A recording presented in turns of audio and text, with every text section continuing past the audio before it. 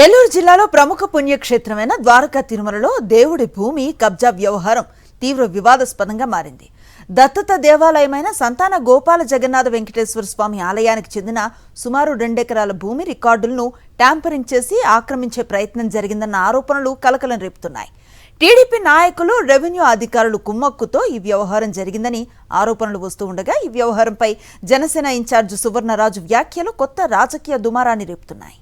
ఏలూరు జిల్లా ద్వారకా తిరుమలలోని ప్రముఖ పుణ్యక్షేత్రానికి దత్తత దేవాలయమైన సంతాన గోపాల జగన్నాథ వెంకటేశ్వర స్వామి ఆలయం పక్కనే ఉన్న సుమారు 2 ఎకరాల భూమి గత 3 దశాబ్దాలుగా దేవస్థానం ఆధీనంలో ఉంది.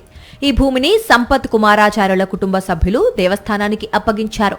అప్పటి నుంచి అక్కడ దేవస్థానం తులసీవనం, పూల తోటలు పెంచుతూ ఆలయ అవసరాలకు వినియోగిస్తోంది. అయితే ఇటీవల ఈ భూమిపై కన్నేసిన కొందరు టీడీపీ నాయకులు స్థానిక ఎంఆర్ఓతో కలిసి భూ రికార్డులను తారుమారు చేశారన్న ఆరోపణలు వినిపిస్తున్నాయి. సంపత్ కుమారాచార్యుల కుటుంబ సభ్యులు దాదాపు 59 ఏళ్ల క్రితం కమ్మ సేవా సంఘానికి భూమిని బహుమతిగా ఇచ్చినట్లు ఒక అన్రిజిస్టర్డ్ డాక్యుమెంట్ సృష్టించి దాని ఆధారంగా ఆన్లైన్ రికార్డులు మార్చినట్లు ఆరోపిస్తున్నారు. రికార్డులు మారిన వెంటనే రాజకీయ అండదండలతో కబ్జాదారులు భూమిలోకి ప్రవేశించి చెట్లు నరికి స్వాధీనం చేసుకునే ప్రయత్నం చేయడంతో వ్యవహారం వెలుగులోకొచ్చింది. ఇంత జరుగుతున్నా దేవస్థానం అధికారులు స్పందించకపోవడంపై స్థానికులు తీవ్ర ఆగ్రహం వ్యక్తం చేస్తున్నారు. దేవుడి భూమిని కూడా కబ్జా చేసేందుకు ప్రయత్నించడం దారుణమంటూ మండిపడుతున్నారు. దేవుడికి తాము దానం చేసిన భూమి కబ్జాకు గురైందన్న విషయం తెలుసుకున్న సంపత్ కుమారాచార్యుల కుటుంబ సభ్యులు వెంటనే దేవస్థానం చైర్మన్ తో పాటు అధికారులకు లేఖ రాశారు. దేవస్థానం ఆ భూమిని రక్షించలేకపోతే తిరిగి తమకే అప్పగించాలని స్పష్టం చేశారు. దీంతో ఆలస్యంగా అయినా దేవస్థానం అధికారులు కదిలారు. మరోవైపు ఈ వ్యవహారంపై మొదటి నుంచే వైఎస్ఆర్సీపీ నాయకులు పోరాటం చేస్తున్నారని ఆ పార్టీ నేతలు చెబుతున్నారు. మాజీ హోంమంత్రి, గోపాలపురం వైఎస్ఆర్సీపీ ఇన్ఛార్జ్ తానేటి వనిత స్వయంగా భూమిని పరిశీలించి కబ్జాదారులను ప్రశ్నించారు. వెంటనే భూమిని దేవస్థానానికి అప్పగించాలని, లేకపోతే పెద్ద ఎత్తున ఆందోళన చేపడతామని అధికారులను హెచ్చరించారు. దీంతో అధికారులు రికార్డుల సవరణ ప్రక్రియకు సిద్ధమైనట్లు తెలుస్తోంది.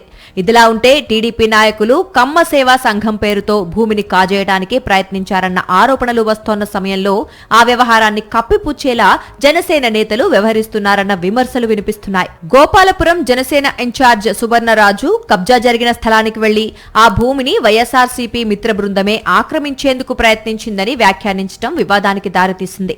టీడీపీ నేతల పాత్రకు సంబంధించి ఆధారాలు ఉన్నప్పటికీ మొదటి నుంచి కబ్జాను వ్యతిరేకిస్తూ పోరాడుతోన్న వైఎస్ఆర్సీపీపై ఆరోపణలు చేయటాన్ని స్థానికులు తప్పుపడుతున్నారు. ఇటీవల గోపాలపురం జనసేనలో అంతర్గత విభేదాలు తీవ్ర రూపం దాల్చాయి. పార్టీ 2 వర్గాలుగా విడిపోయి సొంత నేతలే ఇన్ఛార్జ్ సువర్ణరాజుపై తిరుగుబాటు ప్రకటించారు. ప్రెస్ మీట్లు నిర్వహిస్తూ ఆయన్ను మార్చాలని అధిష్టానాన్ని కోరుతున్నారు. ఈ పరిస్థితుల్లో తన రాజకీయ ఉనికిని కాపాడుకునేందుకే సువర్ణరాజు వైఎస్ఆర్సీపీపై ఆరోపణలు చేస్తున్నారన్న ప్రచారం సాగుతోంది. రాష్ట్ర వ్యాప్తంగా జనసేన నేతలు విమర్శలు ఎదుర్కొంటోన్న వేళ పార్టీ అధినేత పవన్ కళ్యాణ్ కూడా వైఎస్ఆర్సీపీని లక్ష్యంగా చేసుకుని స్పందించాలని నాయకులకు సూచిస్తోన్న నేపథ్యంలో అధిష్టానం దృష్టిలో పడేందుకే ఈ ఆరోపణలు చేస్తున్నారనే అభిప్రాయం వ్యక్తమవుతోంది. తప్పు చేసిన వారిపై నోరు మెదపకుండా దేవుడి భూమి దేవుడికే చెందాలని మొదటి నుంచి డిమాండ్ చేస్తోన్న వైఎస్ఆర్సీపీపై విమర్శలు చేయటం విడ్డూరమని స్థానికులు అంటున్నారు. మిత్రపక్షమైన టీడీపీపై ఒక్క మాట మాట్లాడకుండా కబ్జా వ్యవహారాన్ని వెలుగులోకి తెచ్చిన వారినే తప్పుపట్టడం రాజకీయ అవకాశవాదానికి నిదర్శనమని విమర్శిస్తున్నారు. దేవుడి భూమి తిరిగి దేవస్థానానికే దక్కుతుందా, లేక దాతలు సమర్పించిన ఆస్తిని కూటమి నేతలు కాజేసే ప్రయత్నం విజయవంతమవుతుందా? ఈ వివాదంపై దేవస్థానం, రెవెన్యూ అధికారులు తీసుకునే తదుపరి చర్యలపై ఇప్పుడు అందరి దృష్టి నెలకొంది. మరిన్ని అప్డేట్స్ కోసం ఛానల్ ను సబ్స్క్రైబ్ చేయండి. నోటిఫికేషన్స్ కోసం బెల్ ఐకాన్ పై క్లిక్ చేయండి.